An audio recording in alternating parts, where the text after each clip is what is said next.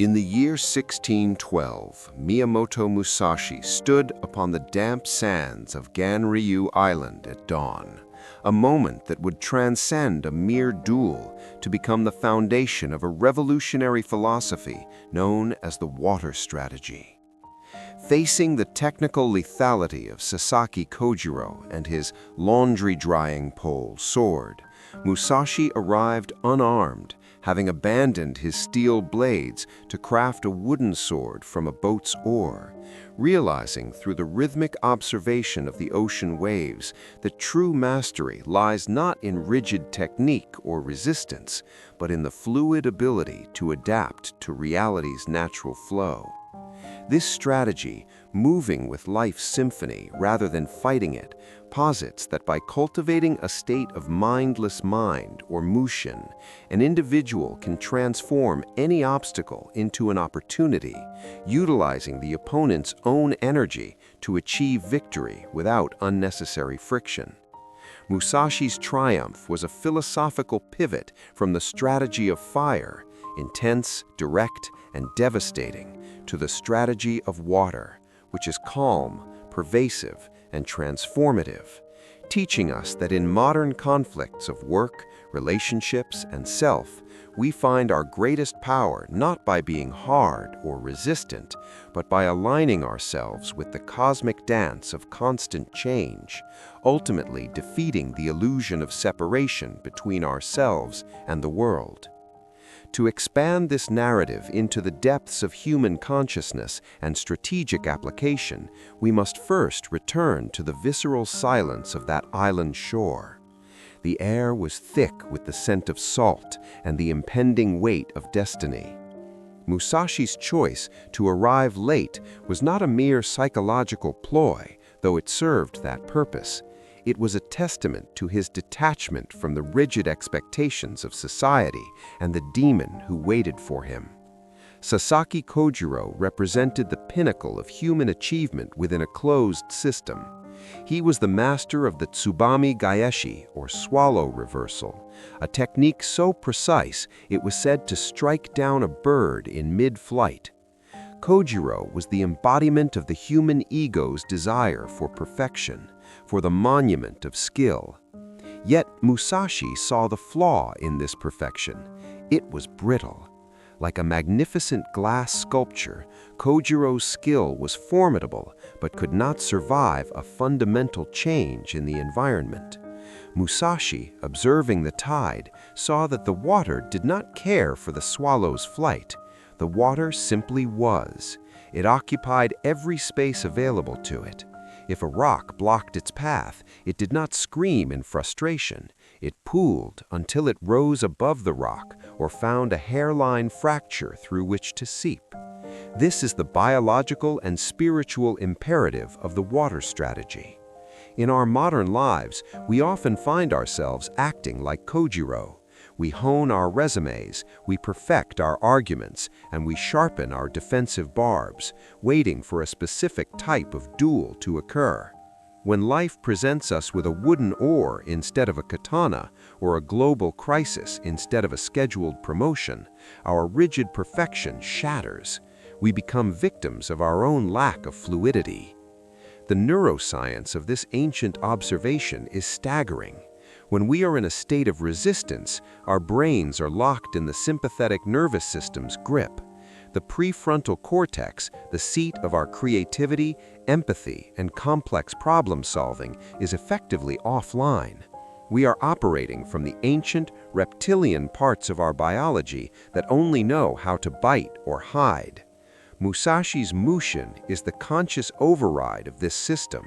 By becoming like water, he was maintaining a state of parasympathetic alertness. He was all in on the present moment, but all out on the emotional baggage of the result. This allowed him to see the boat oar not as a piece of trash, but as a superior weapon, because it provided the reach he needed to bypass Kojiro's length. This is practical alchemy, the ability to see the inherent value in the mundane and the opportunity in the crisis. Consider the modern professional landscape. The strategy of fire is the hustle culture that demands we burn ourselves out to achieve a goal. It is a linear, aggressive path that treats the world as something to be conquered. The strategy of water, however, suggests that we can achieve more by doing less, or rather by doing things more naturally. This is the secret of the 3% who seem to have luck on their side. They aren't luckier, they are simply more fluid.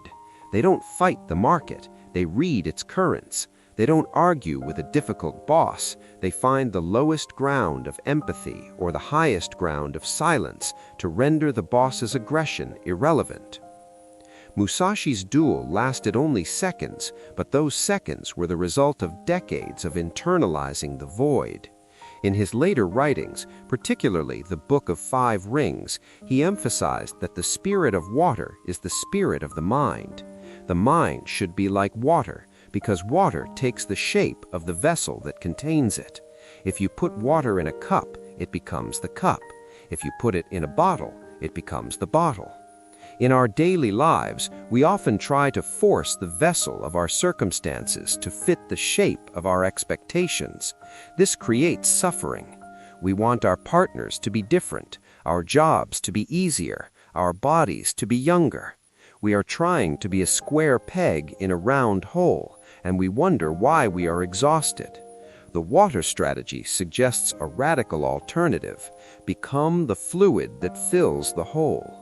This isn't passivity, it is the ultimate form of control, because you are no longer dependent on external conditions to be well. You are well because you are adaptable. When Musashi struck the final blow with his crude wooden sword, it was a strike delivered by the universe itself. He had removed his ego from the equation. He wasn't Musashi, the great warrior, trying to win a duel. He was a force of nature meeting an obstacle. This leads us to the concept of winning without fighting. In a world obsessed with winning, we rarely ask what it costs us to win. A victory achieved through brute force, through the exhaustion of our spirits and the destruction of our relationships, is a Pyrrhic victory. It is the victory of the fire that eventually runs out of fuel. The victory of water is different. Water wins because it eventually wears down the mountain. It doesn't need to shout. It doesn't need to prove its strength. Its strength is its persistence and its refusal to be anything other than what it is. To apply this to 21st century life, one must develop the 3 levels of consciousness Musashi alluded to. Perception is the first. You must stop looking at your problems and start looking at the patterns of your problems. Why does the same conflict keep arising in your life? It is likely because you are bringing the same fire to it. If you change your internal temperature to that of water, the conflict has nothing to feed on. Adaptation is the second. This requires the art of as-if, acting with the confidence of the result without being attached to it. Transformation occurs when your presence alone changes the room. You become the mountain, not by trying to be big, but by being so grounded in your own fluid nature that others naturally find their place around you. As we look back at the beach in 1612, we see more than a dead samurai and a victor. We see a mirror. We see the choice we make every morning when we wake up. We can be the demon with the long sword, obsessed with our tools, our status, and our precise techniques, terrified of the moment someone arrives with an oar we didn't plan for. Or we can be the water. We can realize that the damp sand, the rising sun, the angry opponent, and the wooden oar are all parts of one magnificent movement. The mental prison we inhabit is built on the belief that we are separate from this movement. We believe we must manage life, control our futures, and protect our identities. But the Tao and the water strategy teach us that the identity we are protecting is an illusion. You are not a separate entity fighting the world. You are the world experiencing itself through a specific point of view. When you let go of the grip on the sword of your ego, your hands are finally free to pick up the tools of the moment. You stop asking, why is this happening to me? And start asking, how can I flow with this? This is the ultimate liberation. It is the end of anxiety, because anxiety requires a future to worry about, and water only exists in the now.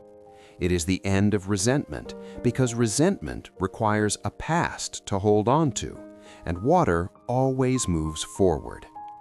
The businessman who lost his empire in 2008 and rebuilt it wasn't a genius of finance. He was a student of the tide.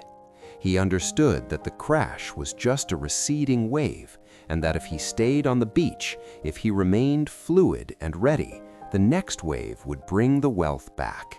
He didn't mourn the lost sand, he prepared for the new water.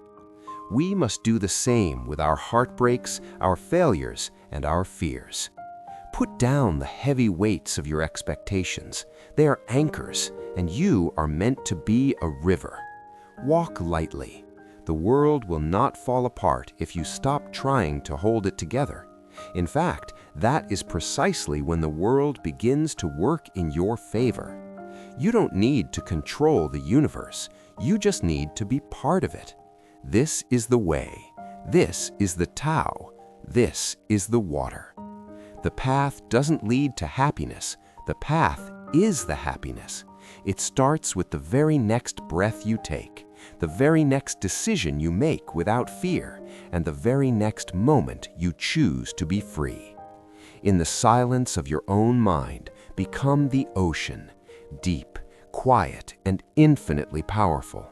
Let the storms rage on the surface. They cannot touch the depths. You are the depth. You are the flow. You are the victory that requires no battle. The transition from the strategy of fire to the strategy of water is perhaps the most difficult journey a human can take, yet it is the only one that leads to true peace. In our current era of hyperinformation and constant noise, the mental prison is noisier than ever. We are bombarded with messages telling us that we aren't enough, that we need more, that we must fight harder to stay relevant. This is the swallow reversal of the modern age, a high-speed technical demand for perfection that leaves us exhausted and hollow. Musashi's message across 400 years is a cool hand on a fevered brow. He tells us that the relevance we seek is found in our usefulness to the present moment, not in our status. The air is relevant because it is needed. The water is relevant because it sustains.